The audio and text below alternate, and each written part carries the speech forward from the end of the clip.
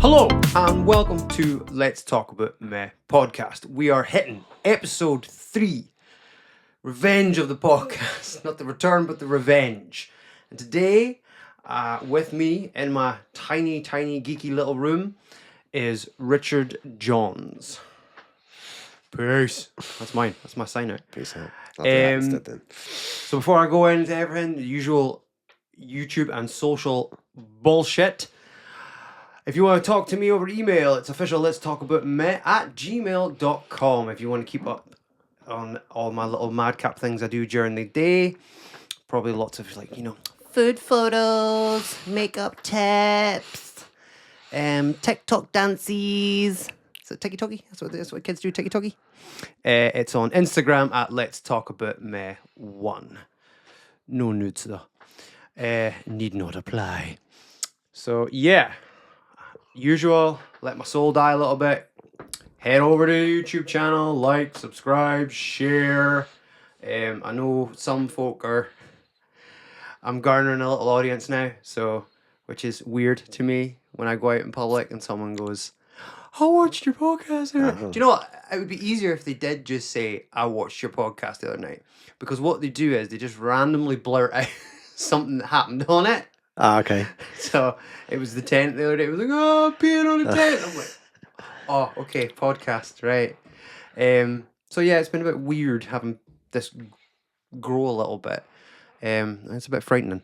That's good. I still enjoy doing it though. So yeah, so we're going to have a chat with yourself today, obviously.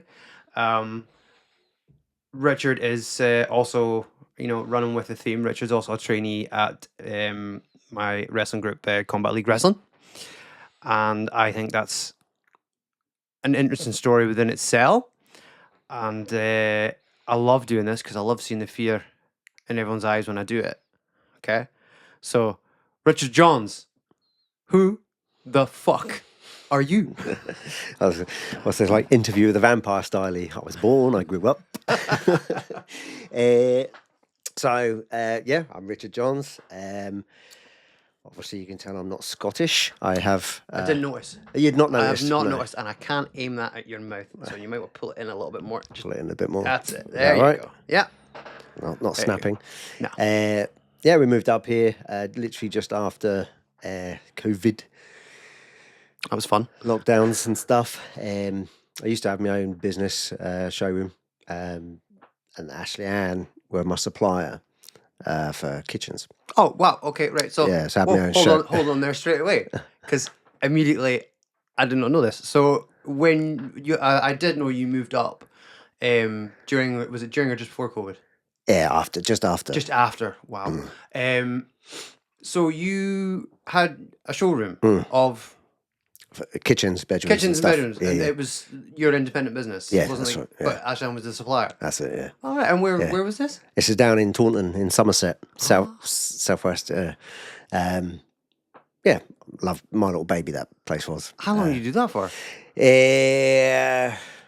I'm gonna go with 10 years. I think 10 years. Yeah. And wow, and was it just the lockdown? So a number of things led to us finally giving up, and giving up's the wrong word. We got beat. Oh well. So I had, new business. It takes time to build up and get established and whatnot. And just pretty much at the point that we really got established and comfortable and were doing really well, I had a drunk driver crash into the front of my shop and took out the front of my shop. Whoa! Yeah. Oh, I knew it was a good idea getting you on. Yeah. You had a drunk driver crash into your business yeah. of 10 years. Yeah, and fuckers got out and run away as well. But they got caught, mine. But I didn't think they were going to stick around.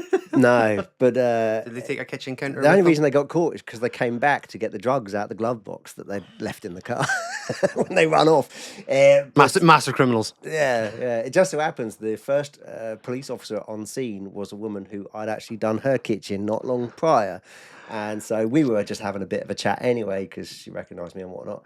And then dude come back to his car and I was just like, well, that's him. That's the dude that ran off. And she went, okay, I'll just go and grab him then. Yeah, and that was that. But Like, how stupid are you? I'll go grab him, but cheers for the marble countertop. I'll give him an extra. 100%. Yeah, yeah. So that, because he literally, my shop at the front was mostly glass, and it just had like kind of one main pillar that held up the upstairs, and he'd dislodged that pillar. So it shut my business for like, I think it was 16 weeks in the end. That's a long It was a time long, to long go. time, yeah. And, a lot of people thought we'd shut down because we were boarded up at the front and all Yeah, that well, lot for so long. looked dilapidated. So when we finally got all sorted, I was starting from scratch. I was completely starting from scratch. And which we did. We cracked on, we got on with it, and then just as we got to where we needed to be, COVID hit. And shut us again, obviously, and Well, that's a death knell then. just couldn't quite survive that. But, No, I mean, I know from myself with doing the wrestling, COVID pushed it to its brink. I mean, I discussed in the last one with Steve. Check out the podcast with Steve on YouTube.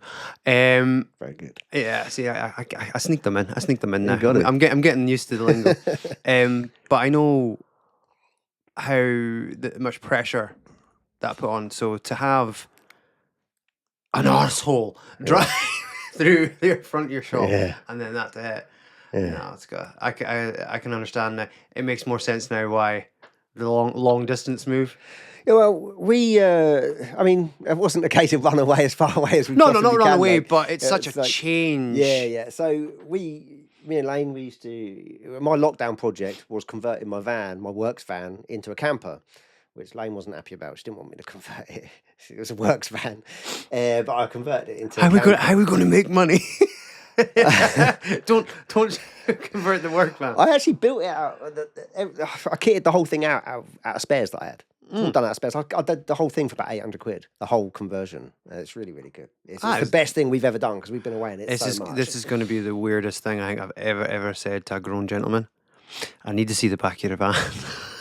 Because I've sat in the front of it. Yeah. I've never actually seen you. Normally I have the curtain thing across. Yeah, I've never seen that's down at the moment, so it's all open, so you can just see if you just. I need it because I am actually like, I think a lot of people are quite surprised who know me, but I'm really like interested in tiny houses, van life, stuff like that. I don't drive, but it's one of the things was like I'd learned to drive to go with that, but because I've got Corvin and the dog, it's not really something where I can pack up and go. And I've got a lot of shit that I tend to hang on to at the moment. Yeah, you wouldn't fit this lot in a tiny house, man. No, I know. I mean, well, if the tiny house was just me and this shit, like I'm not sure Susan would be happy with it.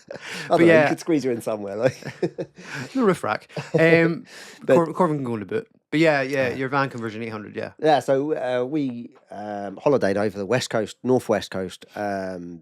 We just like to fuck off in the van, so we just fell in love with Scotland. The first time we come up here, Lane said she'd been to Scotland in a previous life, and she said to me, if once I see Scotland, I'm just going to fall head over heels. And she knows me so well, and she just said, I'm just going to fall in love with it completely. And as soon as we came here, I knew I wanted to live here.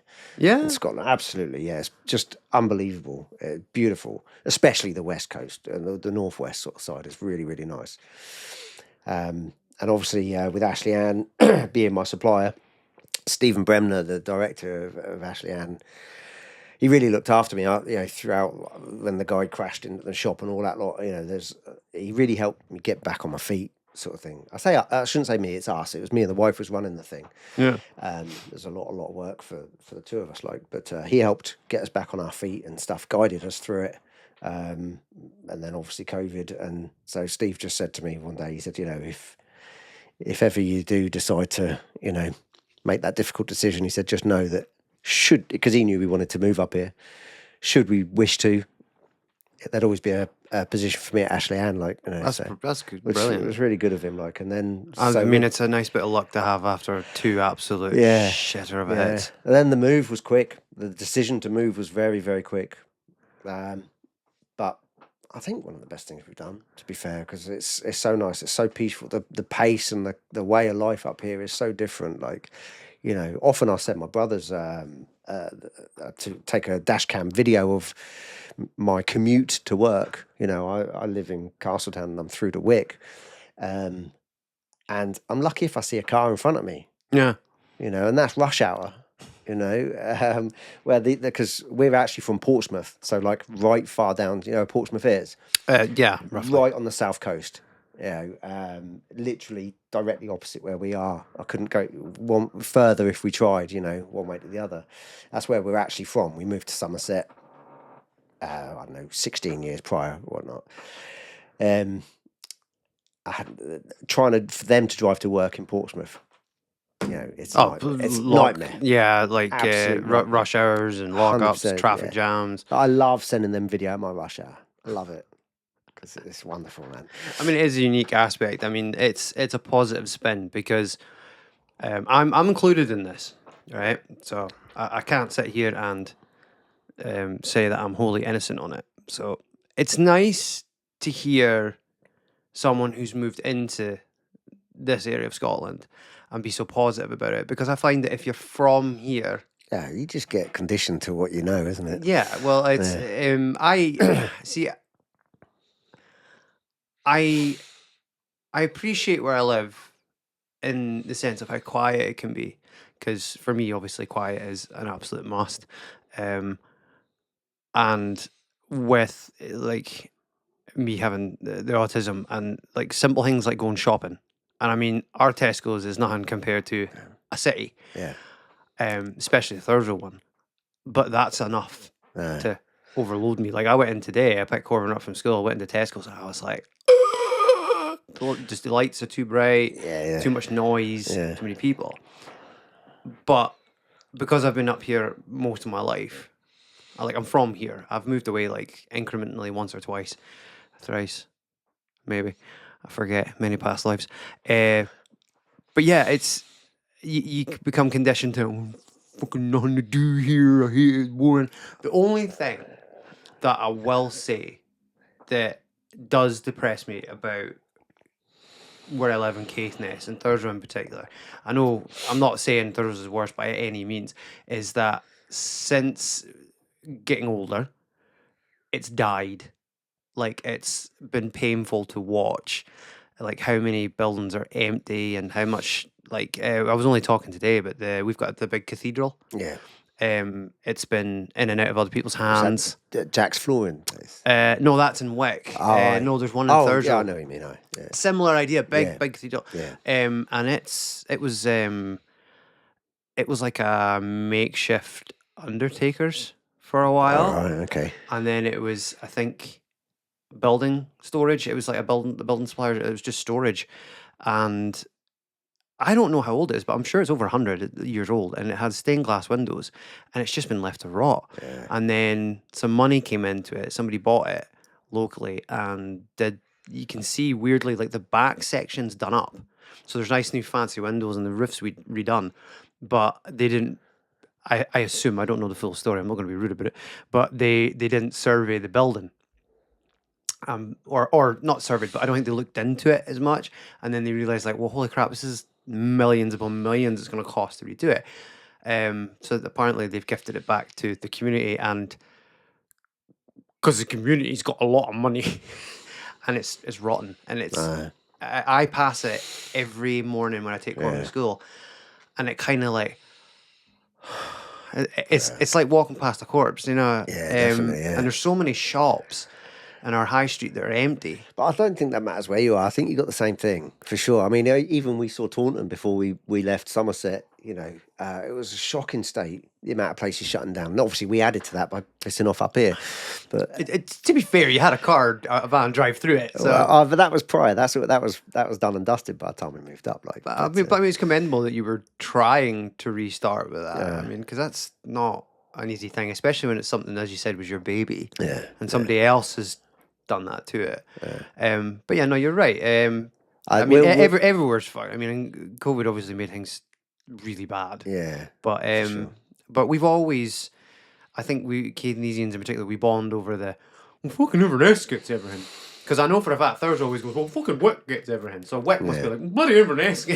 Yeah, 100%. And then you never hear about the Castleton ones. They're just like, oh, That's because we're happily in the middle somewhere. yeah, that's what I mean. It's like, oh, we'll just Yeah. let them fucking bicker. We'll let them bicker. We'll just Yeah, go on with our 100%. shit. That's why you chose the Castleton. Yeah. But yeah, no, it's nice. It is refreshing and it's nice because you're not the first person that I've obviously met in my life. Are you that- sure?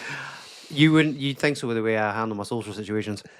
But yeah, I mean, when you hear other people talk about it, it's refreshing. It does remind you, like, well, we are in a way very lucky. Well, Very lucky. Not in a way. Definitely very, very lucky. Yeah. We'll never take it for granted. Like where we live now is like a 10-minute walk to one of the most beautiful beaches you ever see. Done it. No, just Castletown Beach. Oh, Down, yeah, down Castle Hill. It's connected Oh, on to around onto to that. Dunnet Yeah, Bay, yeah. yeah. I always refer to it as Dunnet because it's always like one course. strip to me. But yes, no, yeah, I love the Castletown Harbour bit. Absolutely I beautiful. love that little it. walk. Yeah, Such I a small bit. love all that derelict buildings there. The old Caveness slate. I was never inside them when I was younger. No, of course you were. I can neither confirm nor deny that we used to go into the housing estates and climb into the derelict attics, which I would 100% been in them. I'd 100% been in them. So I know he watches these, or he's been watching some of the vlogs. I had a pal called Scott, and I'm pretty sure it was Scott. Yeah, we went. This is a long time ago. This is a long time ago. But we went to one of the derelict houses, and we did like a impromptu, very very poorly organized photo shoot, and I don't think we managed to pull off any photos other than two of him in the upper wearing a creepy mask. We were too busy the whole day, like just checking stuff Scoping it out, yeah. Because there's the old, is it like the fisherman? It's a stone structure and it's it's partially in the ground. When you go inside it, it has a pit. Okay. A pit's now filled with crap from the kids all drinking in there, but back then it was empty. I think the idea was where they used to put the ice for the fish. Oh, got you right. Okay. It's just off in the harbour. You can still Just in front of that house that's on its own. yeah, you can still access it. Yeah. So we were just too busy checking all that out, and then the bit directly behind it, there was a couple of derelict buildings and a derelict garage. No idea it was there because the forest ate it. Yeah. And we were just like, wow. But yeah, no, it's a lovely beach there. Dunnet. I loved it. We do love the whole area. It's just stunning, and we can go in any direction. And it's just as beautiful. Yeah. I can see. And I'm all down. I'm all down for the chill life. Yeah, well, you've had the. Yeah. You're all down for the chill life. Yeah, man. Right. So on that note, then you're all down for the chill life. Yeah. You have the busy city life, busy businessman, successful business. Oh, not so much. It doesn't exist anymore. Says to me that it was an accident or a drug dealer that went through your window. I think you were doing vigilantism on the side, and that was the vengeance. That's your secret life. And then you move all the way up here for the quiet life. You convert the van, chill out, and things are going good. Things are nice and quiet. And then you go, do you know what? Oh, there's a wrestling club around the corner there. It's been a bit hectic in my life, man. I need a bit of excitement. So what on earth possessed you to come? Do you know, I was trying to think what did, and I think it was purely just Ricky. I think, because Rick used to work with me, obviously in Ashian, and I think it was just a case of we come down and watch a couple of shows. Obviously loved the shows, and I think Rick just said to me, "You should come down and have a look," and I did, and come down and watched, and then I thought, "Yeah, I'll have me a go at this," because I'm now at the age where I don't know what my body can do anymore, as well. So I'm the wrong side of 45. I'm heading in that direction, like so. I kind of just want to. I guess I just want to give myself a last little push. When I was much younger, I was really quite athletic. I used to do. Or parkour, it's called now. It never used to have a name. Free running. Never used free running. Never used to have a name when we were doing it. I know there's a slight age gap between us, but I think we're quite similar in mindsets. Because a lot of time in class, I'll say something and I'll be like, "No one knows what I'm talking about," and I'll look for you, and you'll be like, "Look for the old guy. Yeah, you know what I'm talking about." But I'm like, the two, because we are technically, I think the two old farts in the group. Yeah. To be fair, I've always been older in terms of like. Everyone thinks I'm boring to an extent. But yeah, so I have Ricky to thank for you descending upon my life. Ricky or Dange? I think it was probably Rick. I think it was a conversation I had with Rick. I think. Yeah. So when you're mentioning there how you're saying things like your body, I don't know what, give it a last push, don't know what it can do anymore, so on and so forth, right? So I'm going to take this opportunity to be absolutely honest with you. When you walk through the doors and you had your first proper training session and we drilled you, you died. Oh yeah. You died. 100%. You died. That's the most exercise I'd done in, I'm going to say, easily 20 years. Right? Easily. And I don't think it would be unfair to say that you were quite unfit at that point. Oh, very much so, yeah. And your physique was quite different. Yeah. You had more of a gut, right? Have me a beer belly. And a beer belly, boy. But now, you don't. No, I'm Rick now. Crushed that washboard abs. But you're not. But has been quite a transformation. Yeah. And gradual over time. And you say things the whole time. Oh, last push my body, and that. You do really well in training. You do. You have done the transformation from what you were when you came in to where you are now. I mean, I'm not the sort of one to sit and praise everyone constantly in Come class. on, give me the pats. Come on. But you deserve them. That's the point. Is you do. And when I get a chance to speak to people like this, I'll take full opportunity to give credit where credit is due. I don't sound condescending because you are the older gentleman, the two of us. But I have been very, very proud of seeing what you were when you came in to where you are now. Oh, I appreciate that. And it's even there's been slight changes in how like you've really settled in with the group as well. Like you are a highlight of training for me because I can get a good laugh with you, and like there's some days that honestly we all have them, but it's like I don't want to go to training tonight. Yeah, 100%. And then I get there, and then it's like I'll have a wee laugh with you, have a wee chat, and something as simple as like, right, we'll do something a bit different today, and then I see like yourself and Jenny picking up new things, and I'm just like, it's just brilliant to see such a change. I use Liam a lot. And I think you've seen a big change in Liam too. 100%, yeah. And he was more introverted before you came. He was so quiet, and I've seen a massive change in him, even just in the last couple of months. It's because he's turned into a man. Yeah. He's turned into a man. Yeah.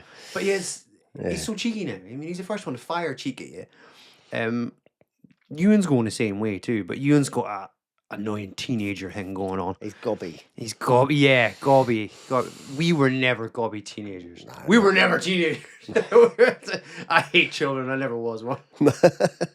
But yeah, it's your personal journey in it.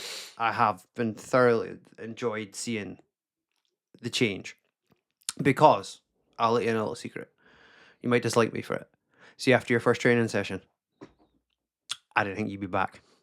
I was like, no, I like the guy, he's fine. And I was like, I don't know if he's going to wake up tomorrow morning and come back, because that's the hardest bit, is people that try it for the first time and they have a pretty strong drill session. They wake up in so much pain. It's like, nah, I didn't even get to the being battered bit. It's not worth it. Wow. So seeing that you've come back and seeing that you've kept at it it's been brilliant. And especially now when you're at the time of recording this, you're a week away from making an official debut. Yeah. So before we go into that though, so what Ricky badgered you into the training, but I mean, what? I wouldn't say badgered me, like. I'd say badgered. Oh no, we had a conversation. He just said, "Oh, you should come down and have a look." You tell the story your way. I'm going to tell mine. You weren't there, I just went with Ricky. He badgered you. Yeah. Ricky was like, please, he got down his knees. Yeah. Please, dragged me in, kicking and screaming. Please. Yeah. But like, what made you go for it? Like, were you interested in wrestling prior? Well, so I mean, I've talked to you about this sort of briefly in sessions. I used to watch wrestling when I was younger, but I'm 80s wrestling, early 90s. You know, my Hogan, Ultimate Warrior, original stuff. Jake Snake, Hacksaw Jim Duggan, Legion of Doom, the Rockers, man. You know, the cool stuff. You know, it just blew my mind when I first. I remember it was my friend I grew up with. He was an only child, and his family were the first to have anything. If it was new, they had it, and he was one of the first to have Sky. And I just remember him saying, you need to watch this wrestling WWF, and I thought it sounded stupid to start with. Watching it, I was only nipper obviously at the time. I just got hooked on it immediately, and I remember it was a WrestleMania, the first thing we watched. Warrior was in it, Hogan was in it, and Jake the Snake, and all them lot were in it, and it just absolutely captivated me, and I loved it. All the lights and the Ultimate Warrior, the face paint and the tassels and all that shit, and his entrance just like kick, and then you fucking bomb it in. You mean his entrance? Well, yeah. But yeah, it just captured me. And then at home, I don't know how old that would have been, but I remember watching WCW at home in my bedroom. I'd only been young then, but old school Sting, blonde surfer boy Sting, and all that. Surfer Sting, beach Sting. Beach That's Sting. what they refer to him now as beach Sting. Yeah.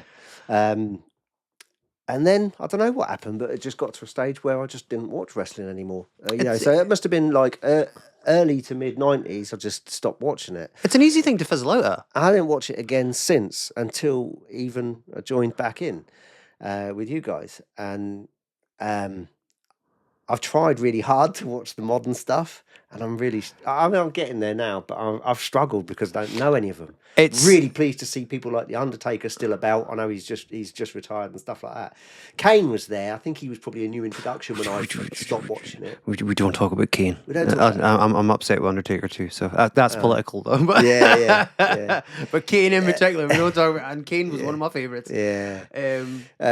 It's all that sort of stuff. It just really captivated me then. His whole get up with his mask and all his stuff. I remember doing drawings of them all and stuff like that.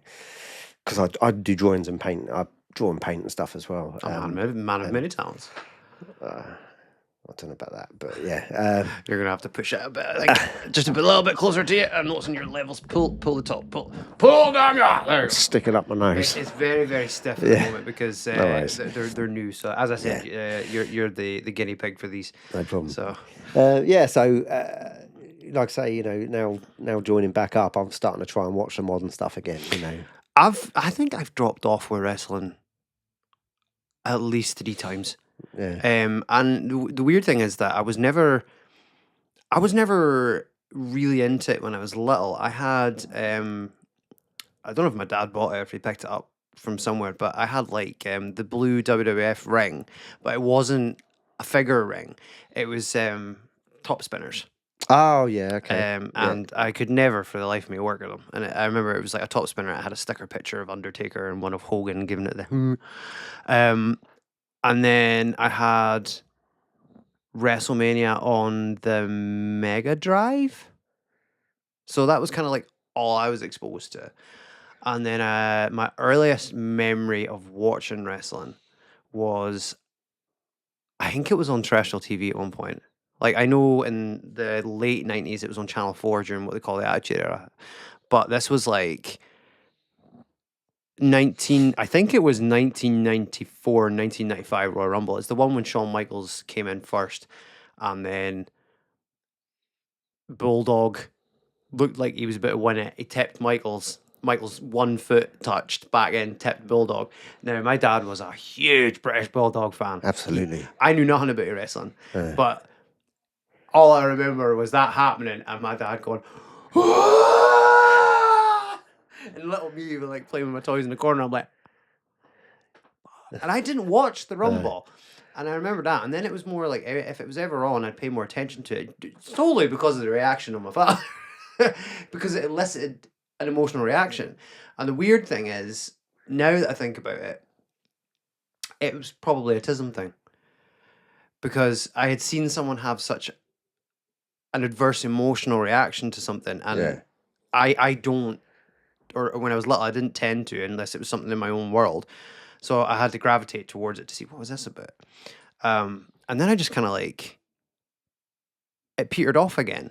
and I didn't watch it. And then I went to high school, and when I was in high school, the Attitude Era kicked off, which is like one of, at the time, the biggest booms in wrestling.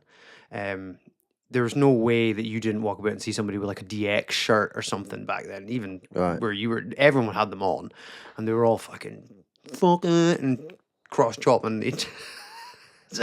And in my school, we had bands on the shirts. Like nobody was allowed to wear the DX hockey shirts. If you did the X chop or the suck it, which I mean everybody was doing it. How you doing, Jim? Suck it, suck it. Right, open your textbooks at page. Suck it. You know, it was fucking constant.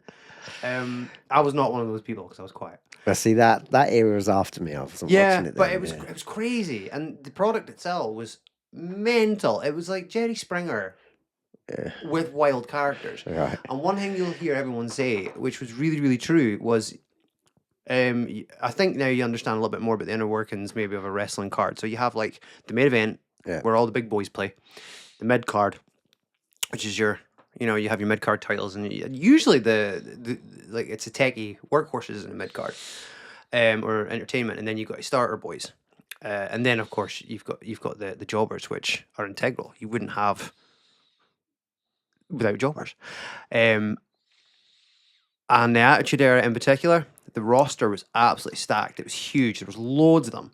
There wasn't really openers, mid cards, and mains. Everyone was like main, and everybody had a storyline. It was crazy. You don't get that anymore. And then in the early 2000s started, petered out, stopped watching it again. So that was the second time I think I petered off. Came back in 2010, 2011 and watched it every Saturday with my dad because he had Sky. It was stuff like Keir Starmer, you could afford it. He's lucky. I was lucky when he had Sky, but it was a time when like Punk was facing John Cena and he ran off with the title belt. If there's a match you should watch just for the sake of watching it, I'm not even talking about, it's a good match, it's a brilliant match, but I'm not even on about like watching it for the wrestling. Watch it for the crowd reaction. It's insane, the energy in it. 2011 Money in the Bank, I think. But yeah, it's absolutely crazy. And then I stayed with it for a while, and this, I'm going to sound very soapboxy now. The Saudi Arabia stuff came into it, and I was a little bit like, that's giving me a wee bit of the ick. So I stopped watching it again. And I refused to watch WWE. I refused to do anything with the products and that. And then the Bloodline stuff started. The big storyline with Roman Reigns and his family and everything. And that's quite modern. Yes, that's because like, Roman Reigns in it now. That's where we're at now, is the Bloodline. Yeah. And then I wasn't watching the first year of the Bloodline stuff, and then it kind of like got bigger and bigger and bigger. And it was WrestleMania this 2024. Yeah. So April-ish time last year. Everyone's at me the night before WrestleMania. Dave, you need to watch it. Dave, you need to watch it. It's Cody, man. It's finishing the story, all this stuff. And they were telling me like, and I was like, I got a lot of people telling me, and I did start to feel like maybe I'm missing out here a wee bit. Right. So I sat and watched it. Phenomenal, amazing. I got into all the characters straight away. I got into all the storylines straight away. But what really pulled me in the most was I watched it properly for the first time with Corvin. Yeah. My son. He's now fully into wrestling. He's always kind of like, because obviously I've wrestled his entire life. Now, he's into wrestling now. Yeah. And we watch NXT like every week. And now the stuff's on Netflix. We watch all the shows. I've not got time for this, man. But yeah, so I've petered off a lot. But it keeps pulling me back in. Yeah. So you were, as you say, like you were the early days thing and that. And you petered off. And obviously it planted that wee seed. They must have left something in there for you to go, well, I wouldn't mind giving this a wee go. Yeah. How many shows did you go to roughly prior? Two before I come to the... God, only two? Yeah. Before I come to the first training session, like, yeah. What was... Here's a horrible question. I'm going to be really vain here. What was the first one you went to? It was a Monster Mash. Oh, you went to a Monster Mash for your first. Yeah. So that must have been our first Monster Mash. Oh, maybe.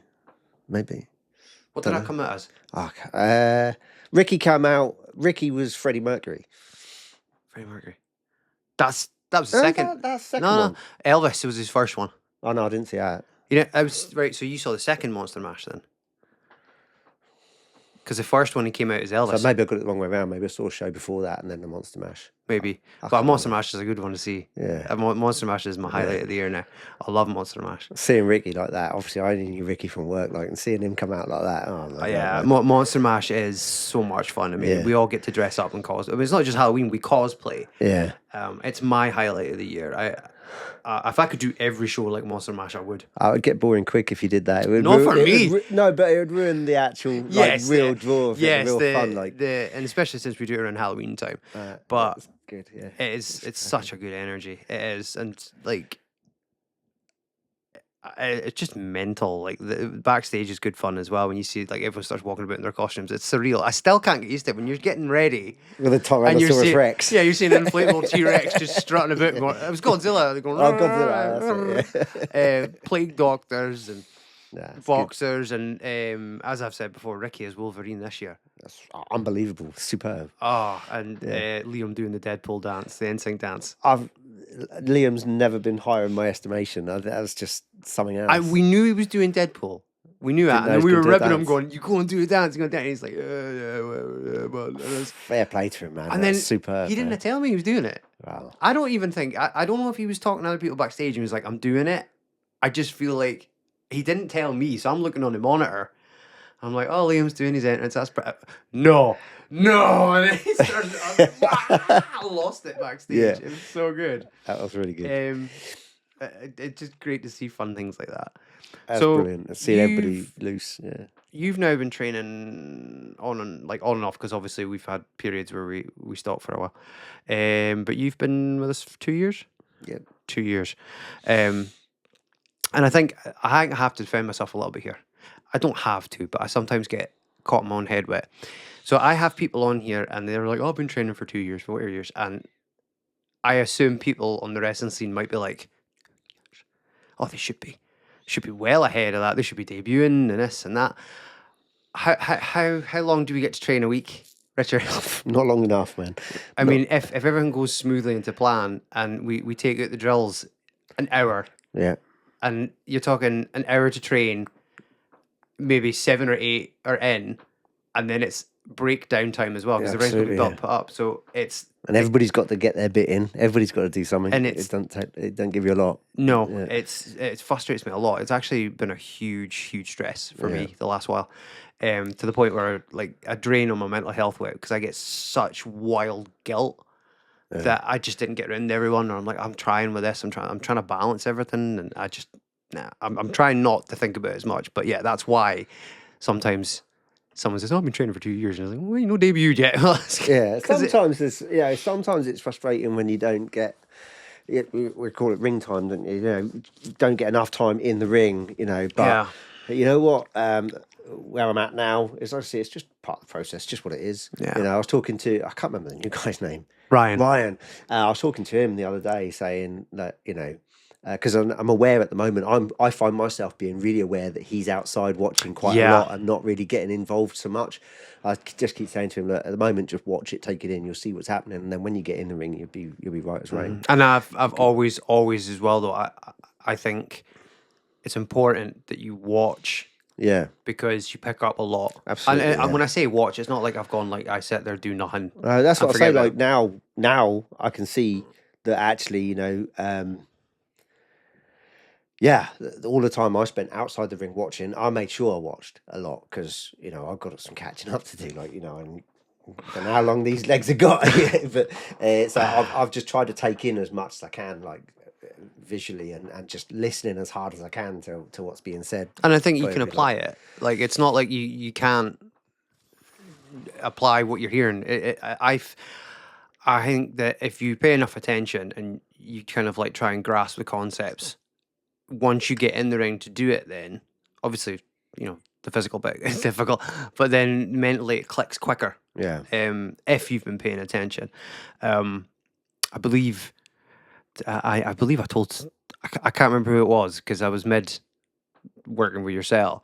But I went and powdered at the ring, and when I was running in the ring, Yeah. I said, as I ran past 2 people, I was like, "Hey, you two should be watching this," because they were too busy talking. Talking, yeah. Yeah. Which is these kids, man. These kids with fucking talking and shit. I was never sociable. I'm crap at standing still. I'm no good at standing still. So you find I walk round the You ring do. a lot. I walk backwards and forwards, round and round. I'm But really terrible at I'll sing standing you still. praises again, though. One thing I always noticed was that if there was times where I was struggling to get around everyone, you were always walking to a position where you could see something. Yeah. You would never bugger off, have a cup of tea, No. and then be hiding, and I wouldn't see you. You were always present around the ring when other people were working, which is a good attitude to have. But you're Purely selfish. well, to be fair. well, it's it's your want. You want to train to do it. You want to absorb the knowledge. That's how it should be. The thing is, when I Lane will say this, like when I think in my head, my head switches and it says, "You're doing this." It gets everything. Yeah. It's just that's all I kind of think about, and I lock on. Hyper focus. Yeah. And that's what born the business. Oh, yeah, the kitchen business is what born so many of the things and the projects we've done that Lane, bless her, has gone through with me. Lane's been on a little roller coaster journey with me, like with all the different ideas and things that I do and I focus on and drag her through, kicking and screaming, bless her. But they link that with I say they link that, but it's like autism and specifically ADHD has hyperfocus, and I think a lot of people have more of those traits than they think. I think it's more common, especially hyperfocus. If you're blessed with hyperfocus and it's just the hyperfocus, you can get shit done, like, and you can really throw yourself into stuff. But I do find I overthink a lot of stuff. I overthink. Lane will certainly. I don't think I've ever not met an overthinker. No. That is also more common than you think. But yeah, no, I mean, as I say, it's been good having you in the training. It's good seeing where you're going and having your debut in a week. You must be shiting yourself. As I said, I'm a little bit weird in that sense. As like, I think in my previous life, I've developed a mentality of nothing is nothing till it's something. So I never build up any kind of tension within myself about something that's potentially upcoming. So nerves isn't something that I do experience. Oh, very fuck, much. I need some of that, man. Everything is everything, and something is something on top of everything. I'm fucking... it's not always a good thing, that's for sure. But I do find that I don't generally get nervous about stuff because I feel like that's an energy wasted in a strange and you're right, sense. absolutely. But I got to admit, this upcoming the 25th has taken up my mindset somewhat. a little bit. So yeah, I've thought about it a lot. As you saw my notes the other day, going through, I just think and I write and I think and I change and I write, and I'm always on it, thinking and doing stuff. And so yeah, I do.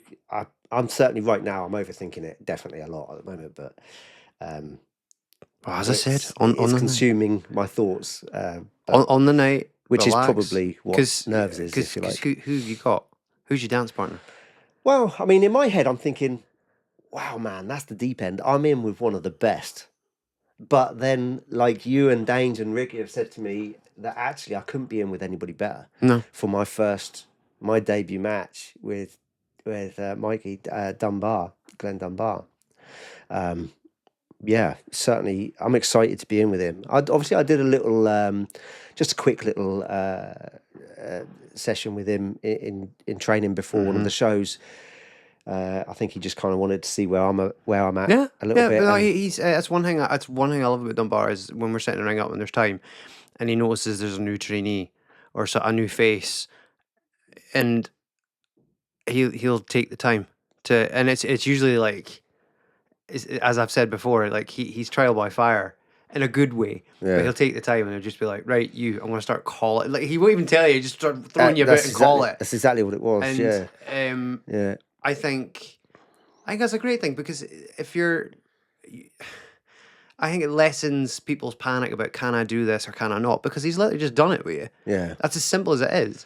well, I say it's as simple as it is. It's a simple concept as it is. Everything else is like spinning plates, as I say, the physicality and management. But you're going to be absolutely fine, and I'm really looking forward to seeing that match. And as everyone has told you, you're in good hands. Absolutely, yeah. I've Mate, got every faith in that. I mean, if it was me, I'd just batter you for 10 minutes straight. Yeah, I know. Well, you have been in bloody training. Like, I've been nice with you in training. Thank you very much. And the only reason I've been nice with you in training is because I can't do anything with my head. yeah. So, although I'm getting better. Last session was better. I felt like I felt a lot better physically, but it's still there. More so today. Right. Time for a card, which Ricky's going to be raging because Ricky was like, "You left the card too long with Steve," and I was like, "Well, I got happy chatting with him." It's all about the chat, man. It's all about the chat. Ricky's just here for the gossip of the cards. It's the only See, thing he you only need the card if you need to fill in a space because there's, I tend gaps. I tend to like a transition. Yeah. So, you know the rules. We've gone over them before. The card has awkward questions, personal questions, and Richard gets one pass. One. So you need to I'll be the judge of that, but one pass.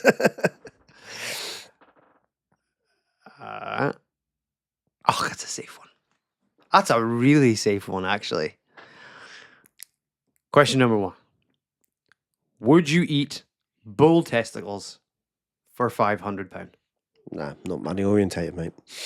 No. No, I mean, bull testicles probably fucking like beef, innit? But I don't think it's gonna be like beef. I think that you'd want to think it's gonna be like beef, Yeah, but I probably, don't yeah. think it's gonna be like beef. Salty beef. I don't think it's gonna be like beef. For £500, definitely not. No. No? No. I mean, do you know what I was Probably actually a delicacy somewhere. People go, fuck yeah, I'll eat that. Give me the money. that fucking shite on ITV, the I'm a Celeb, they're eating testicles left, right, and centre. Yeah.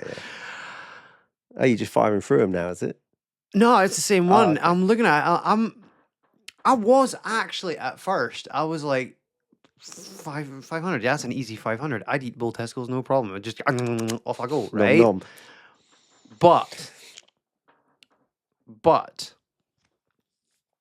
I forgot my phone again. How big is bull? And it says testicles, not testicle. How big is bull testicles? That's probably quite sizable, isn't it? And then I'm starting to think, like, maybe I should weigh my options here. 'Cause 2 of them, I couldn't eat a whole. But for 500, maybe You never know, you might enjoy it. I might do it whisper for. I might do it for $5,000. Yeah. But I'm not sure about the. It made me think because at first I was like, "Oh yeah, absolutely, that's a fucking easy one," and then I'm like, "Oh, hold on now." No, I think I agree. I wouldn't do it either. No, I wouldn't do it either. There's no way. I actually genuinely have a fear on that now.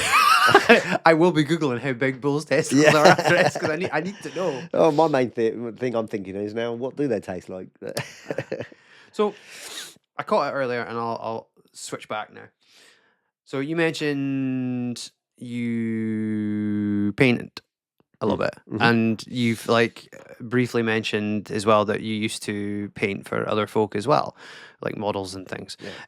Because that's my one of my hobbies is obviously I've got I've got all this books and stuff, but over this side, which Richard can see and is probably like nerd.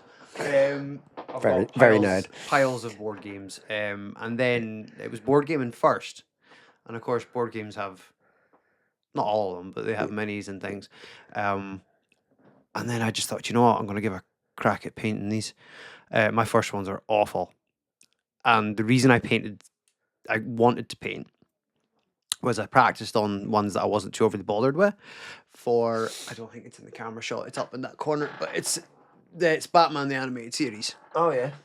I've got a board game of that, and it was the first Kickstarter I was like, I'll go for this. And I wasn't really heavily into board gaming at that point. And I love the Batman Animated Series. That's like my childhood. That's where a lot of like my fandom for Batman comes from. So much so that every Saturday my dad used to pick up the Batman Animated Series comic from the shop across the road, and I used to sit on the stairs with my cheese and pickle sandwich and just sit and eat it. So much so, I don't know if I mentioned it with Steve on camera, but we were talking about it. So much so that only recently, and I haven't even opened it yet, but it's one of that things where like I've got a lot of geeky stuff here, but there's nothing I'm overly like, I'm really proud to have that. Like it's something I've put my foot in and I've enjoyed it, and then I'll continue the series. But I've got 2 complete omnibuses of every one of that comics that came out when I was a kid. Oh, yeah. Those I'm chuffed to have because it's my little childhood in there. I haven't even opened them yet. I couldn't be not opening it. I'm gonna. I just don't have the time to read it. But I'm gonna. And then cry and remember how old I am and that I can't sit on the stairs and have a cheese buckle sandwich anymore. But yeah, so I got minis with the board game of that, and I was like, I need to paint these. So I just learned to do it through that, and then it evolved, and then I got into. As I said, I'm not a big Marvel fan. I don't hate Marvel. I don't have a lot of Marvel superhero books. I'm more of a DC guy. Batman, obviously. But I got into Crisis Protocol, which is Marvel Warhammer, basically. And the minis, you got... I never thought in 100 years that I could glue together little bits of plastic. There's a lot of swearing when I do it. Don't get me wrong. There's a lot of swearing. A lot of sweat. But once I kind of got into it, I was like, I never thought I could put these tiny things together. And some of the bits are... I hate arms. Together and paint them. And then start getting better at painting them, and then I'm quite proud of some of them. And yeah, so you mentioned, as I've said before, that you were helping folk out with their Warhammer now. So what is your painting skills? Well, so I Well, you painted a couple of their minis for them, yeah, but yeah. I mean, well, I do paintings and things like that. Like, was it like watercolors? no, oil paintings and stuff. Oil? Yeah. Oh, no fucking years way. ago, I used to do portraits and shit like that. Yeah. Did you do what portraits? Portraits, yeah. Portrait painting. Who are you portrait? Well, I've done paintings of Lane and stuff like that. I had a couple of commissions. Painted some random guy. I had a lady contact me from wherever. Her husband had always had this dream of having, like, you go into some of these old houses and they've got ancestral paintings like of like your dad and your great granddad and all that, and all in their different. I know that well. Get ups and stuff. Yes. So she wanted me to paint him as I don't know how you say it, Boer War soldier. So all of the tricorn hats and shit, the feathers and all that shit on it, and the red sort of military jacket with all the gold tassels and shit like that. Yeah. So it was like a proper portrait, proper military portrait type thing. That was probably my best commission. Probably the painting I took the most time over, I'd imagine. But that's quite complex. Yeah. Are you? Because the photo I had was just a couple of random snapshots of him with his kids and that sort of stuff, and I had to incorporate his face into that outfit on him, like That's. But that sort of shit's fine for me. Like, I don't mind doing that sort of stuff, So drawing, and I used to draw. Classically, are you trained or? Well, I went to art college and stuff, but not like. I've not got any degrees or none of that shit. I'm not Dropped it. Circumstance happened, Oh, okay. I always wanted to go into architecture. Basically, is where I wanted to end up, but it didn't work. I ended up doing just sort of fine art and photography and stuff like that, which I thoroughly enjoyed. But I've always been a visual person. Everything about me is visual. So as you see in the preparations for wrestling, I've got pictures and stuff because I just like, and that's kind of why. My get up is what my get up is, because it's all visual impact sort of stuff. Yeah. Everything for me has always been visual. Like, so as long as I can remember. I mean, like, I was the kid at school that didn't do essays because I fucking hate writing. I'm a lefty for a start, so smudging the shit out of everything that I do writing wise. And just writing bores the shit out of me. Reading bores the shit out of me. So I can't be bothered with it. So if I can picture it and do so, comic books are great for me. It kind of started with like I had this essay that my teacher said to me, "Look, Richard, you have to do this, otherwise I can't put you through to the exam. You've got to do this essay." And me being a little dickhead I decided to do it as a comic book, my essay as a comic book. And teacher was just that made up that I'd actually done it and passed me through. Oh. Yeah, so I don't think I would have flied with any of my teachers. No way. No way. Yeah. But no, Yeah, I was similar. I didn't really. I hate writing. I still hate writing. I No, I can't do can't I writing. can't have it. I don't have the attention span for it. I like reading, but it has to be something that I'm interested in. Like I have to have a high interest in it. If not, I'm not. It's not happening. Took me about 4 years to read Stephen King's Misery. Yeah, Mate, I've read like 4 years. easy. An hour and 45 minutes to watch a film. Yeah, no, yeah, that's where I'm at because I can James see it. can't debate. Come on. Yeah, Lane argues with me. She says, "Well, you read it, you picture it, you know, you can sort of see the scenario and like that." But I can't figure stuff like that. So. That works both ways, though.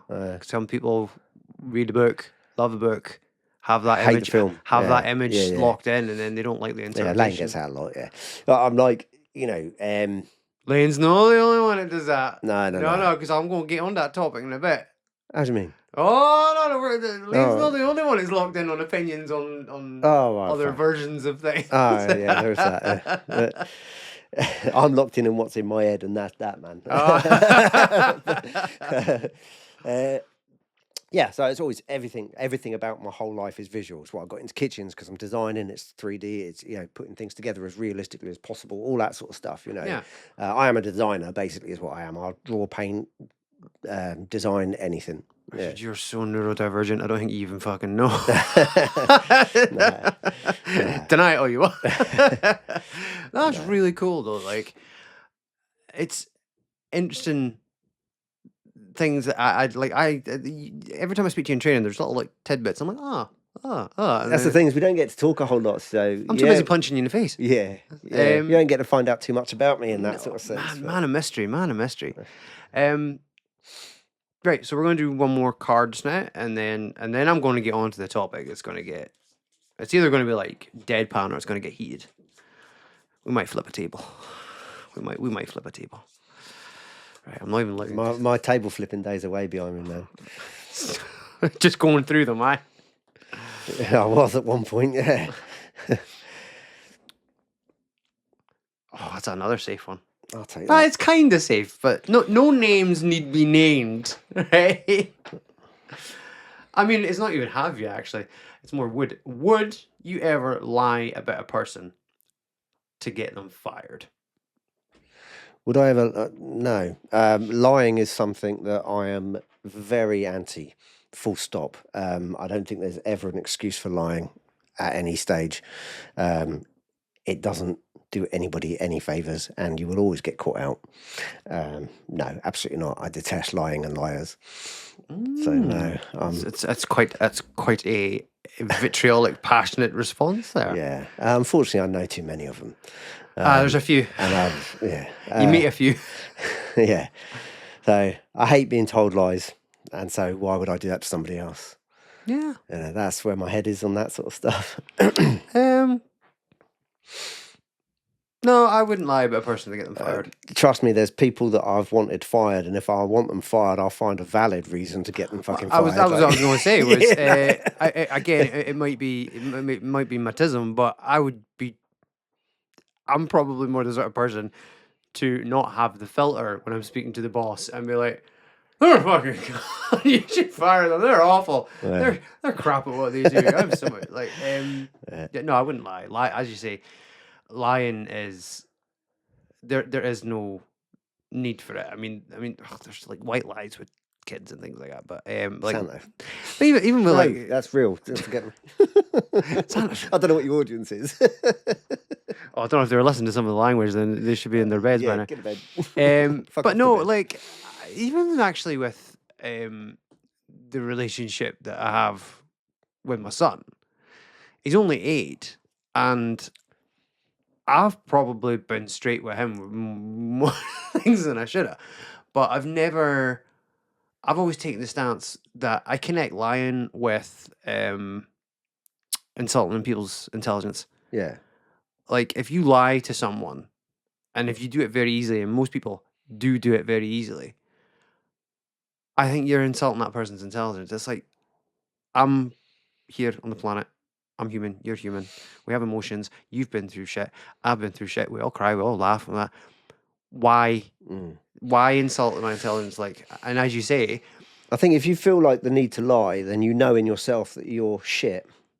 Yeah, You yeah, know, yeah. It is. It's I think you're spot on because Yeah. you're making that choice. Yeah. If you need to lie, you know You already know you've fucked up you're somewhere. you're either you're either denying something that needs to be said to that person, Yeah. or you're lying in the sense of placating them so that you suffer. Does that make sense? Uh-huh. So you're lying to yourself in Yeah, that yeah. sense as No, well. that's not good. Yeah. No, you're right, and Yeah. it does you either get found out or you suffer for it.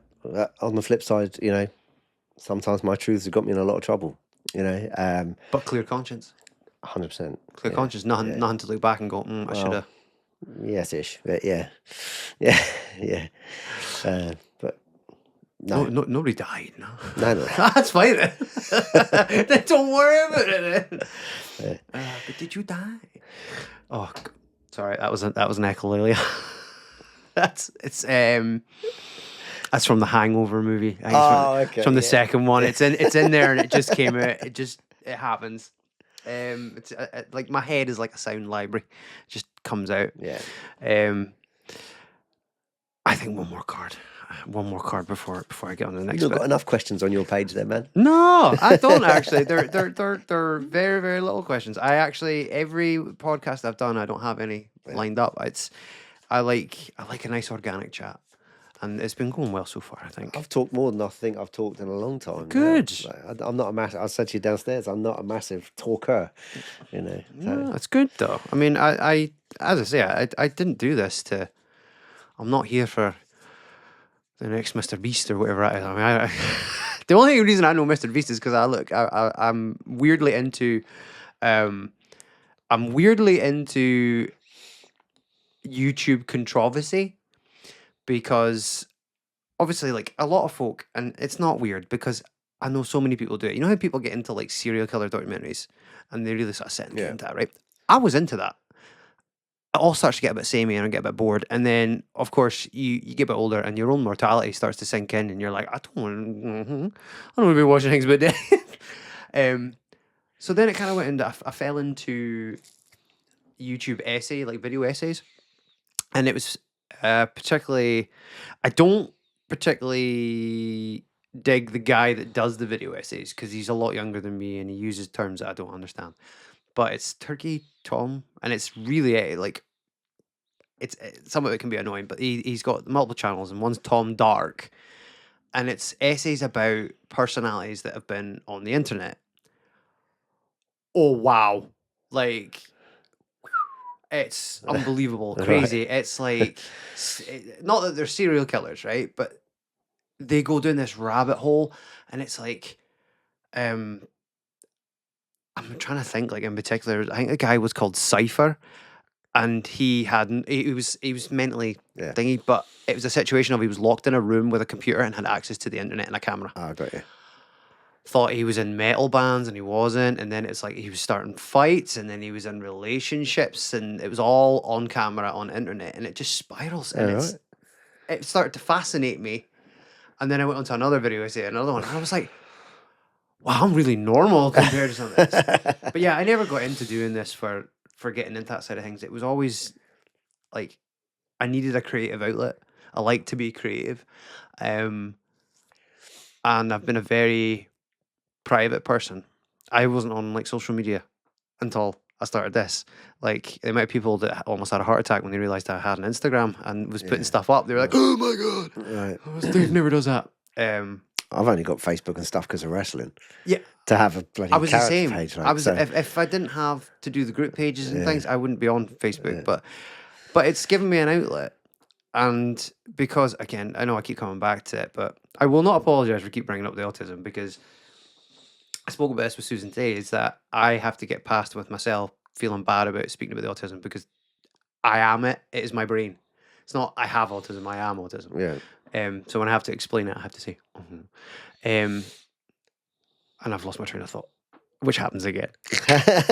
But yeah, anyway, I didn't get into it. But by doing this and by doing the Instagram and the social media stuff, something happened in the last 3-4 weeks. I got back into doing my music, and I had mental block for years. And it's now given me that like creative outlet because I'm doing this. I feel like I've opened up a bit. Yeah, 100%. So much so, and it was a big deal for me today, and it's actually a big deal for me to talk about it now. So I used to sing. I'm not a great singer, but I used to sing. I've not done it in over probably about 10 years. I sat in this room today and I've sung on a track, and I was like rattling. It was awful because I haven't hit the old pipes in a while, but I got there. I needed to bring in Susan. I was like, you need to hear this, not and let me know if it's really, really bad, because I'm in that mix of self-doubt and I hate it. Yeah. And she was like, it's not bad at all. So I think she was being a little bit nice, but doing it has opened. Full falsettos. Yeah. I'm not trained. I couldn't tell you what is what. All I know is that that's off key. That sounds awful. That's acceptable. It's like, well, just a wee bit of tune on that and a wee bit there. Yeah. But no, as I say, it's just it's been an interesting domino effect. Because I felt so isolated, and now I feel a little bit more like, Yeah. you know, as I say, I still can't get used to people coming up saying things from the podcast. That just weirds me out. It's a fun one again. You're getting lucky with these. I'm getting more of these than other people, I'm sure. No, Ricky had the most. Did he? Ricky had the most. Steve ended up getting about 5 of them as well. Would you legally change your name to Dick Breath for 1 year for £50,000? To Dick Breath. Dick Breath. Well, my name's Richard anyway. I get called Dick anyway. So, well, there you go. Well, I don't, because they get punched if I do get called it. But Nobody at training call him Dick Breath. No. You get worse at training. Just Yeah. now. I actually sat in the car after Wednesday night, and I said to everyone in the car, I goes, if we keep doing that, he's going to punch one of us. Yeah, 100%. To explain that for everyone at home. So, Richard's wrestling gimmick / persona is Jackdaw, which is really cool, and I'm actually really interested to see where it's going. And obviously there's the bird thing in the name, and one day in training, but I was backstage, we were talking about like calls or something, and I ended up turning around and I said that, oh, your one's going to be caw. And then for some reason, half of the locker room... Every fucker says it every time I throw any bastard half move. the locker room in unison came back. It was like they just went caw straight back. We must have some bird in us or something. I mean, everyone says I'm bird brain. So. But now in training, I mean, you were practicing a suplex, and as you threw me and I was upside down through there, I just went caw, and then everyone started doing it, whether you were doing the move or they were taking it. So it's not funny now, guys. No, pack Stop it it. Nobody do it again. And Danger's got ideas that the bloody crowd will be doing it as soon as the kids hear. Or whatnot. They will. All I can say is that I definitely maybe might not possibly do it to you in the Battle Royal, but you know, maybe not. Maybe I'll get a punch for it. I mean, if I earn that punch, I earn that punch. Yeah. So, would you change your name legally for 1 year for £50,000 to Dick Breath? Yeah, why not? Fuck it.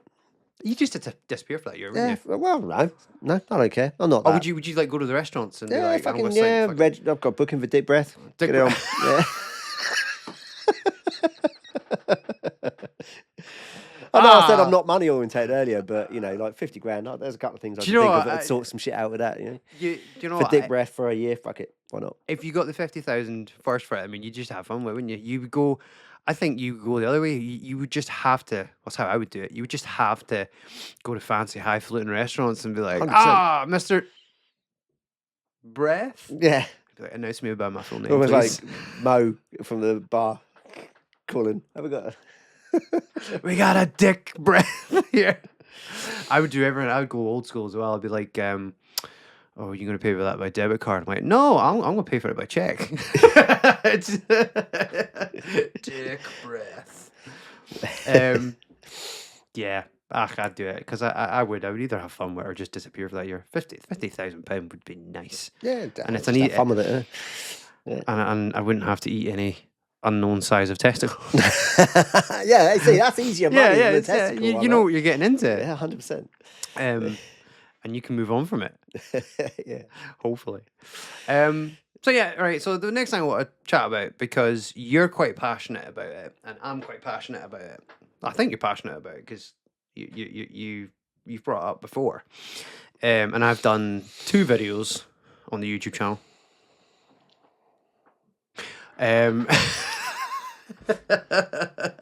Do you know what? Thanks for doing that, because I really right. Oh, but then put it to. Yeah, It you're the annoyed o- me watching Ricky and Steve having it this way. They round. I'm always like, turn it the round, wrong man. way, Yeah. and I made such an Got effort to get logos them. on it for a reason, man. And now I need to get new cups, because I've realised since doing those interviews that I've stuck the logo on the wrong bit, because the everyone wrong puts way. it that Yeah, way, yeah. and it's just the black. So Yeah.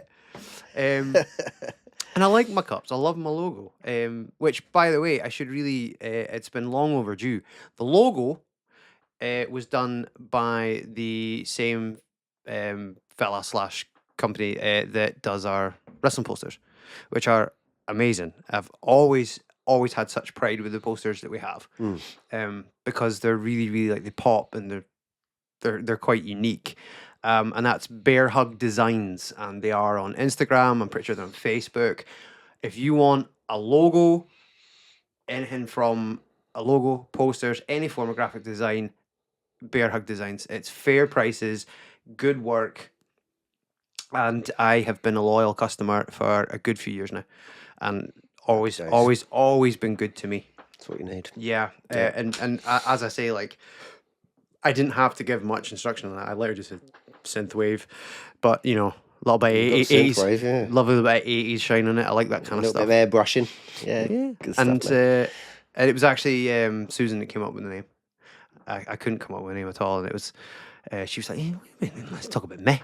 Is that meh? I was Or like, is meh. it meh? Well, it's meh, because I couldn't come up with a name that locked down one thing, and it was, I mean, every tip and thing I saw about, like, if you're going to start doing anything with content creation, was have one topic and stick to it. I was like, no, that's not what I'm doing this for. It's going to be about whatever I'm interested in, whatever I like, chatting about shit. I think it's mostly about wrestling, mind. To begin with, Yeah. but it's always going to be part of my life, and 100%. it is part of my life, and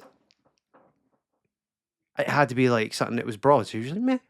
So, and it's a joke as well. On years ago in training, it was always like, Dave doesn't put anyone over in matches, which is not true. I did have a good win streak, but it was like, oh, Dave never goes down for anyone. And it was an ongoing joke where if you were being full of yourself, it was always like, me. That's what we always used to say before caca. Me. And that's kind of an evolution of that, because it's let's talk about me, let's talk about meh. Yeah, So, absolutely. me.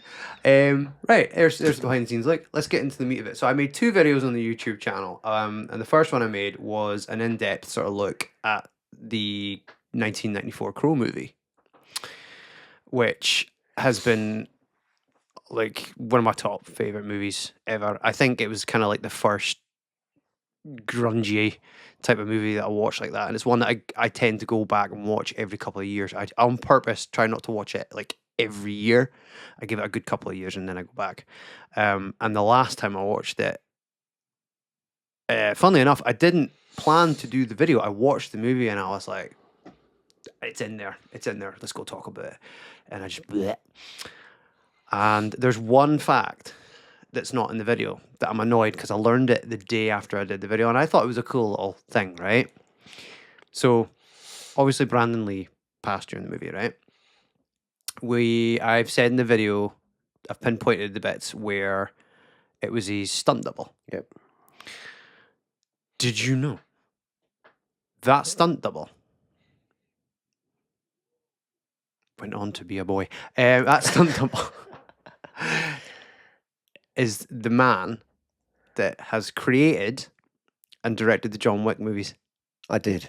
I Yes. didn't know this, and I was like, It's something I only found out not too long ago, mind. But I think it only did come out not long ago. Like, it wasn't. I don't think it was a big, well-known thing since the early days. yeah, But I was like, that's really cool, because I do actually quite like the John Wick movies. The funny thing is, I have not seen them. oh, you're missing out. Mm. It's, do you know what? Like, it's going to sound like that thing that me and Steve were talking about. I liked the John Wick movie before it blew up. Like it was a cheap budget looking Yeah, title yeah. that looked like every Liam Neeson movie of that time. And it was in Tesco's, and I was like, "That's Keanu Reeves, man. I like Keanu Reeves." Yeah. That was the only reason I picked it up because Keanu's career at that point was Right up. gone. Yeah. I watched it, and I was like, "Oh, what is this?" And then there's heartache right at the start with a dog. That's kind of the joke of it. I say a joke, but I was fucking like, Jesus Christ, man. Not the dog. And this, like, Never good when you do something with a dog. well, the dog is like a catalyst for the rest of the movie. And all of a sudden you're like, oh, whoa, whoa. And this world of assassins and secret societies, which is secondary to the ass whoopings. And then it's just Keanu breaking limbs and like long-winded choreography. That's what I really like about it is that the choreography in each film gets crazier and crazier and crazier, and to the point where I actually wait a few years. I'm well behind. I haven't even seen number 4. Right. It took me 2 years to get to number 3 because I tend to like wait until the hype dies down and not have, and then just enjoy it myself. But I was sad to see in an interview recently that they were like, "Oh, you're gonna come back for John Wick 5?" And he's like, "My soul's in it. I don't know if my knees will let me do it." All right. Yeah. And I He's pushing now, isn't he? yeah, That's it's for not even sure. just that. Like, it's see how much he gives in a film. Like Yeah. the choreography, it's him Yeah. doing most of the Everything, stunts, yeah. but the martial arts sequences alone, and they tend to go for really show off with tracking shots, like long-winded one-take shots, Yeah. which completely irrelevant. But if you do watch the movies, in John Wick 3, I've seen 3 yet. John Wick 3, they get Halle Berry in it, and she's been quite open that her career's fairly dried up because she's an older actress. Not only does she have a long-winded tracking shot fight in it, which is phenomenal, she does it with a dog. Okay. And she had to learn to be trained with the dog, and the way she tells the dog what to do and interact with it, it was wow, she did not get enough credit. All right. She really didn't. Because there's a lot of behind the scenes stuff as well, and you see how much work she put into it, and I was like, she fucking came game day. Came to They've been play. on my watch list for a long time, the John Wicks, but I've never got round to watching them. No. It's worth it. It's good. Yeah. See if it's like switch your brain off some popcorn. It's a good film for that. I got really invested in the world of it. I haven't watched there's a TV series of it, and I was like, I wanted to watch it, but I just never got into it. I'll stick with the films at the moment. There is a spin-off film coming now as well, The Ballerina, Okay. because there's, again, as I say, the assassin world. There's different factions, and one of them are the Russian ballet. They're a bunch of nutter assassins as well, surprisingly. Never. Lots of assassins about. But yeah, anyway, so back to The Crow, sorry. I'm a huge fan of it. I love it. I've spoken the video about it. I've got the book. I've got the special edition book, which is, like, just for proof there, look, special edition. And my I've got the black one. absolutely Got that one. worn to an inch of his life. Yeah, I've got that one. Yeah. So we both have the bookies. Love the artwork in this. It's just something else. It is. There's a lot of it's a lot of pain in it. It's a book of grief. Yeah, it Legitimately really is, a book yeah. of grief. Yeah. And then that man has suffered a lot. Especially when the author befriended Brandon Lee as well, and then it just happened again, didn't it? Anyway, though, so you knew that I wanted to see the new Crow. And you were going. I was cross with you, man. You were like, how dare you besmirch? Yeah. Absolutely. You know what? I've been thinking about it since, and I think, you know what? I probably will watch the new one, but when it don't cost me nothing, I'll watch it. Yeah, I think. no, that's fair. when I'm just sitting there and it's there, and I'll just go, oh, fuck, there's nothing else on. I'll stick it on, and I'll get pissed off. Yeah, I know I will, because I'm quite defensive of the Crow thing. I totally get that, and the one thing I would say, and it applies to anything that we're any form of media, you know, whether it's games, music, or if there's a cover or a different interpretation of something. I always try and remember what doesn't replace the original. It's not, the original's not going away. You know what I mean? Like, you can, if anything, I think that movie actually might resurrect it in a it would, roundabout way. It would send people back exactly. to it. They, you know, they'd be like, "Oh, I watched The Crows," and Keenan, well, have you seen? And as I said in the video that I did, it's overall, it's not a good movie. It's not a good movie. It's a brilliant proof of concept. And ironically, when I mentioned the John Wick thing there, see if you just took the action that's in that Crow movie and went John Wick with it and have a decent story of grief and loss. You've got a brilliant movie. It's worth watching for the end fight, which is basically the only bit of action that's in the movie, because I've not seen anything that visceral in a long time.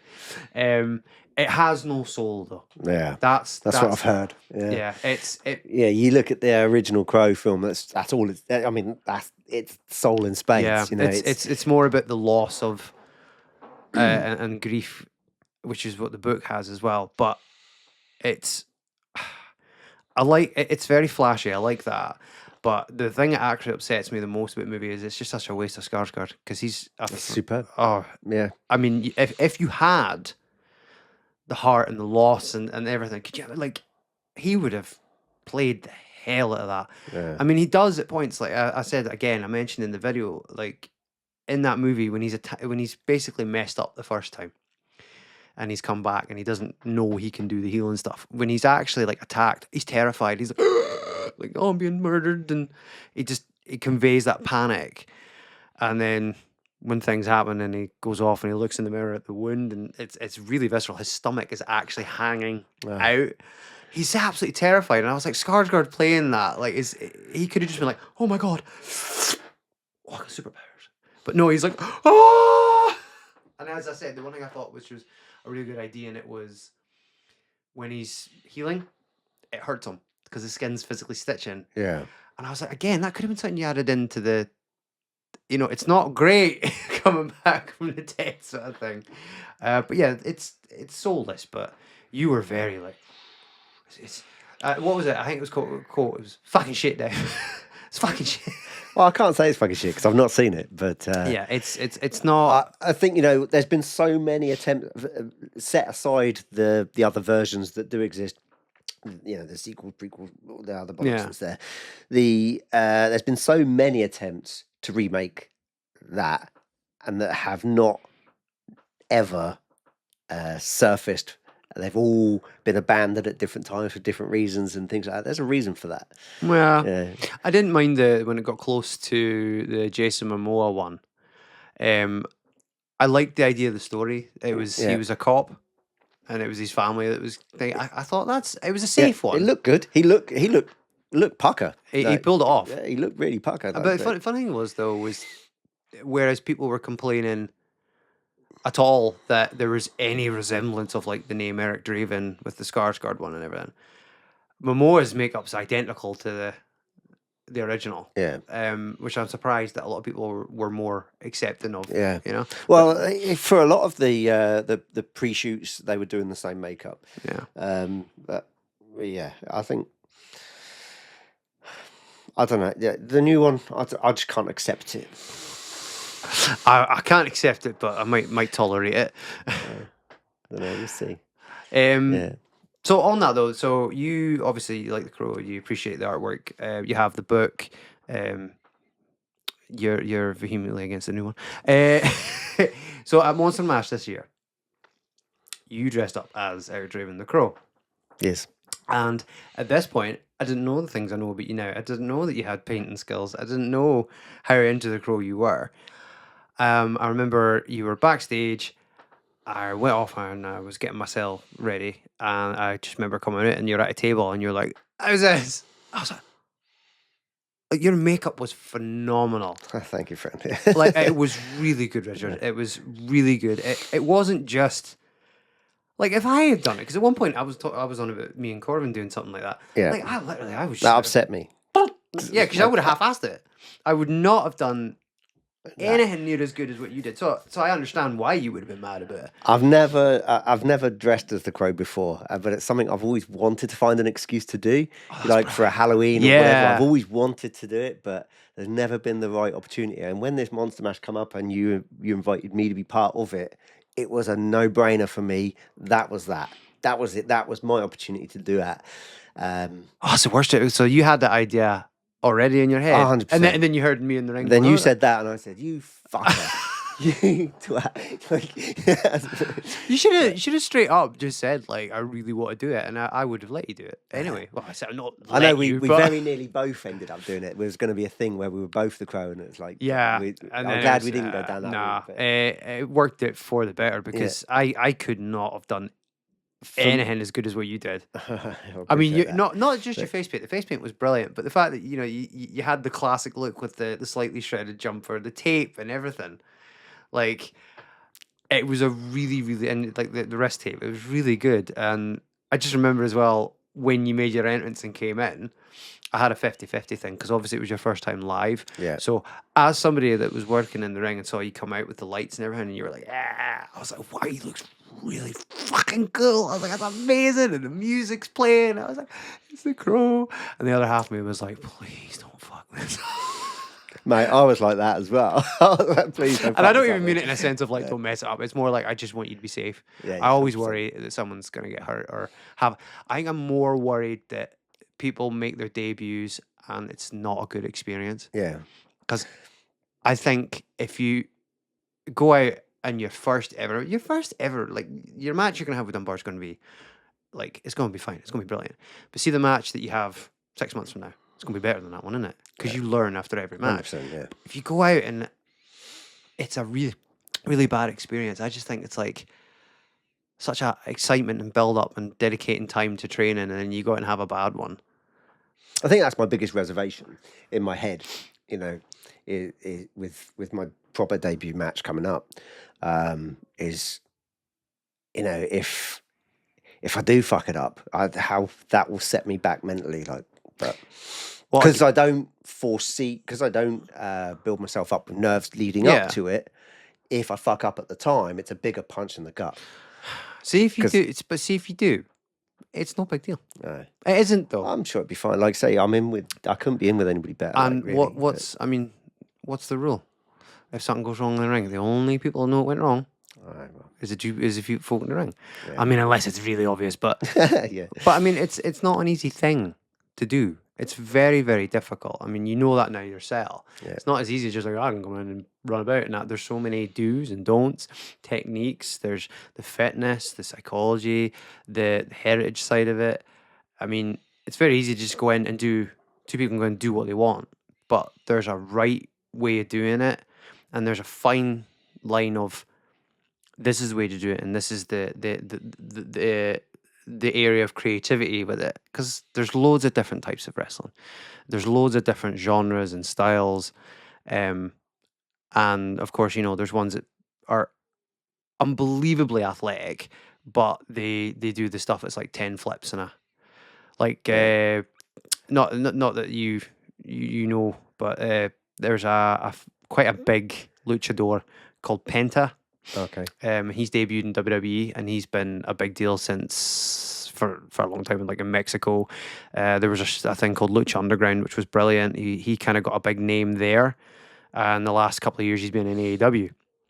And Penta doesn't have a traditional look, and he definitely doesn't have what you would call the WWE look or WWE style. Is he the guy with all that black and white mask Yeah, stuff? yeah, going it's like on? it's almost like ninja martial Yeah, art, yeah, and then yeah. it's skeletal. Yeah, and I've then not seen anything he's done, but actually my Instagram showed me all sorts he's of shit from brilliant. him. He is good. He's really good.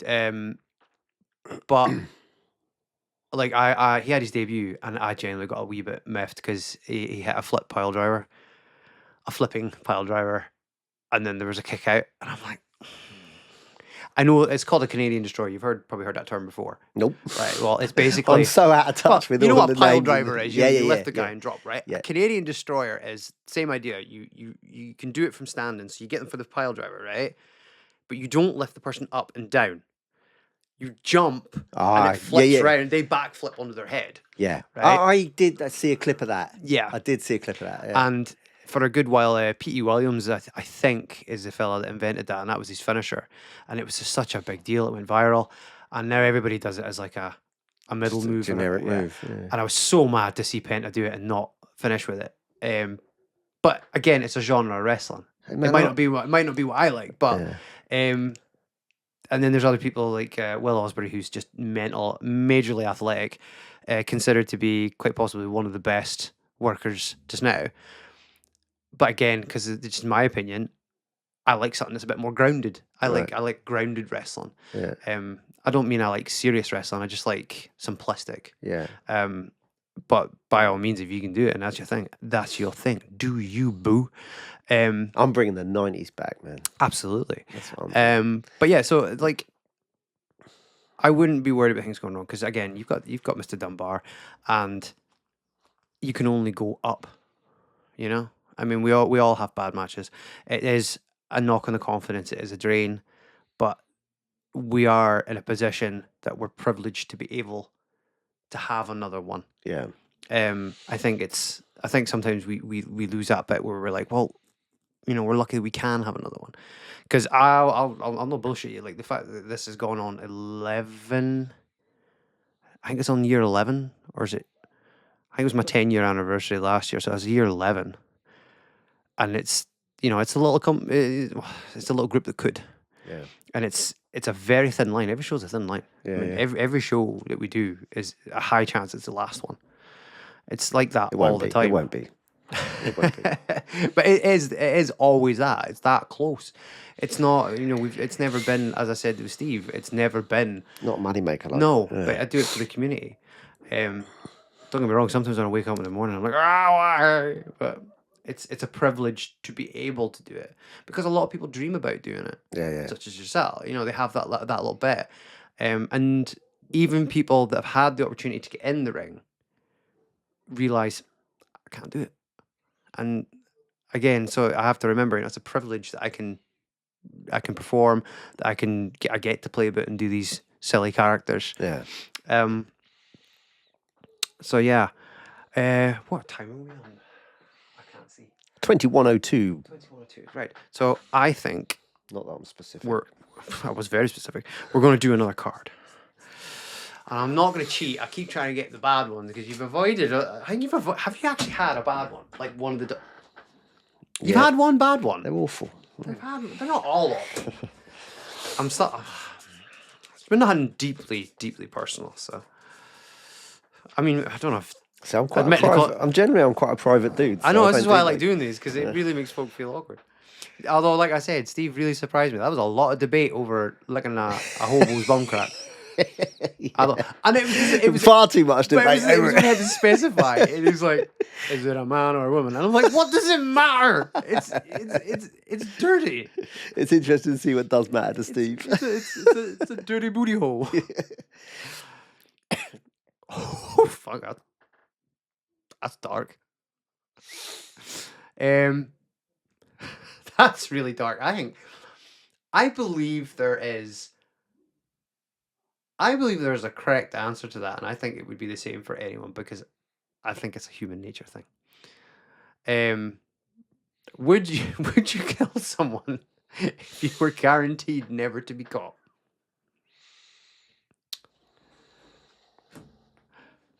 It does require thought. So I think the short answer to that is no, because of the obvious reasons. Connotation. Yeah,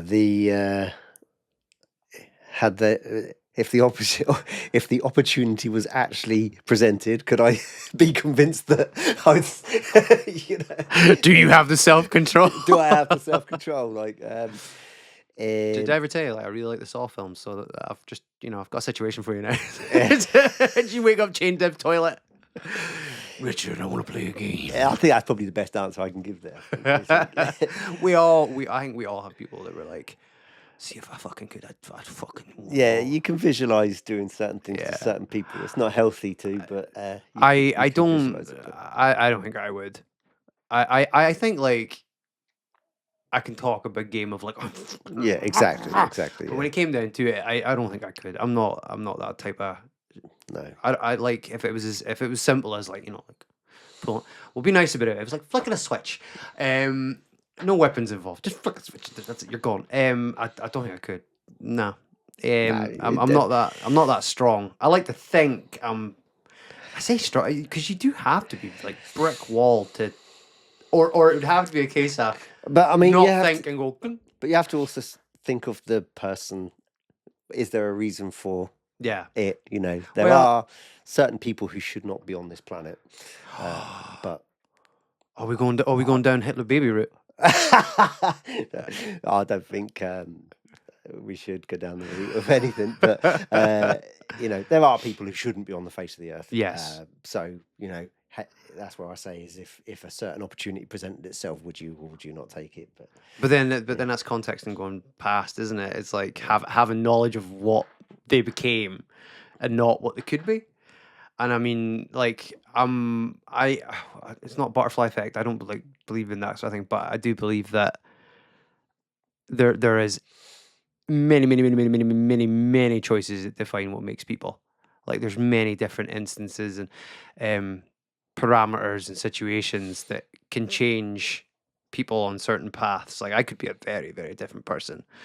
And that's the same for anyone. So I don't think you can do the whole he's gonna be bad, so we'll take him out now. So I think, Oh, so foresight, you mean? yeah, So before foresight, they've done yeah, anything. yeah, yeah. Well, it's all about like Hitler. You never heard the question like Oh, if you got could you. kill Hitler as a baby. Yeah, of course, yeah. Little baby Hitler. Yeah, so if you went back in time and you knew what they'd become, would you do Yes, it? Yeah. that's context though. You know, it's like well, Yeah. we'll start talking about it when you show me a fucking time machine. Yeah, 100%. And if you show me a time machine, I don't think anybody's Yeah. going back in time to deal with anyone else's shit. It'll be your own shit. Yeah, yeah. I'm going back in time that one time when I spilled a drink down when I was speaking to someone. You know, it'd be stupid shit like that. It wouldn't be anything to do for the benefit of humanity. That one time when I farted in the swimming pool. So, you know what I mean? Like, I don't think it would be anything to be like giving back to the world. Ask me that question 10 years ago, my answer would be very different. I can tell you that for sure. Yeah, 100%. Well, you were quite from what you've mentioned to me in little snippets when we do get to chat. So you were aesthetically quite different. You did you not say when you were younger you were a goth? I wouldn't say like full on goth. I wasn't like, you know, black makeup, paint my nails black and any of that shit. Although I was accused of that by somebody once. That's another story. No, I've never done any of that sort of shit. I just my wardrobe only consisted of black and the long hair and the dark moody personality, which wasn't put on. It was born of situation and whatnot. But Been through some shit. yeah. Yeah. It was a self-preservation, self-protection thing. Oh no, I get that.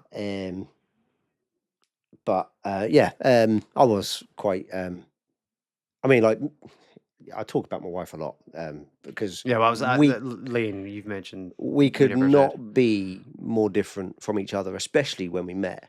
You know, when we met, I was that, and she is so not. She's absolutely adorable, lovely. She softened you up. She really, really, really has. Yeah. We are yin and yang, and it works perfectly. That's brilliant. You found your person, though. It's brilliant. You found your person, though. Yeah, Like, 100%, 100%. So you know, sort of me pre-Lane, very different person, very, very different person. I certainly like me now. I don't like me then. No. But yeah. Yeah, it's very weird saying that because I can tell you right now, my father would be sitting there cackling away because what you described was me. Oh, Like I was all black. I didn't wear anything but black. right. It was all black, long hair. I did paint my nails and that. But I was never like goth. I was like something out of mafia. Like I used to wear like black shirts, black waistcoats, and really I was suited and booted, man. Leather trousers and boots, like. But I was always like very smartly dressed. Right. But I was always black. Yeah. And then at home it was like casual metal shirts and things. You know, gothic. Like, do you remember Spiral? Clothing brand. It was all like skulls and stuff. Like, I used to wear a lot of that. But yeah, and I can understand about the self-preservation bit. It's almost like walling yourself off a bit. It was a shield. Yeah, Very it's like much body it was armor. a shield. Yeah. Some some shit you've gone through before I created my own protection, in a sense, my Yeah. own version of protection of myself, which, worked. But Yeah. yeah. I was like, I would say that I would hope that most people past the age of 30 would say they like who they are now more than they were prior. Yeah. And I'm like, we won't go into it, but I would say like when there's trauma prior for reasons of why we would shut off and things like that, it is good to be at a later stage and be like, well, I'm really glad that I don't have to be that person now. Yeah. Don't get me wrong, there's days when that person's still there. Like you kind of be like, Get back in your box, bastard. you won't get this reference, but some other folk, well, get back in your box, you funny.